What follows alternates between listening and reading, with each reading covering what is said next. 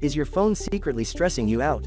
New 2024 research reveals the shocking truth about screen time and how to leverage technology for better mental health. We'll start with a titanic 2024 meta-analysis of 61 trials of 22,000 adults.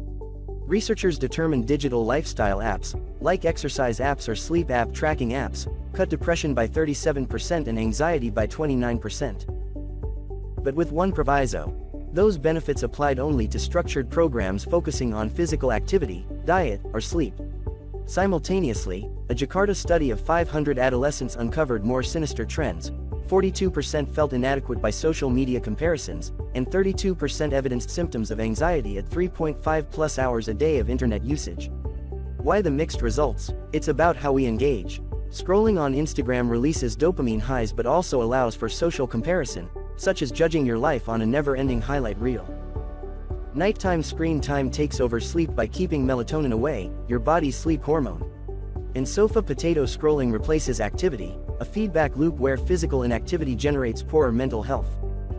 The 30% anxiety risk in the Jakarta study is scary, but context is everything. This was among frequent users, 4+ hours per day, not occasional scrollers.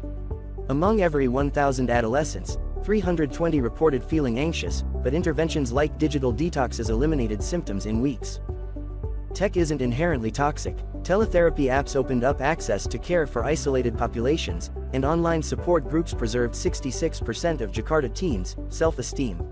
The solution is mindful use, not total abstention. So, how do we balance risks versus benefits? Let's break actionable steps into bite-sized morsels. 1. Track and trim. Use apps like Screen Time or Digital Wellbeing to monitor your use. Make an effort to restrict non-work screen time to 2 hours per day. 2. Move to improve. For every 30 minutes of scrolling, take 5 minutes to stretch or walk. A 2024 trial showed this pair reduced stress by 41% in 8 weeks.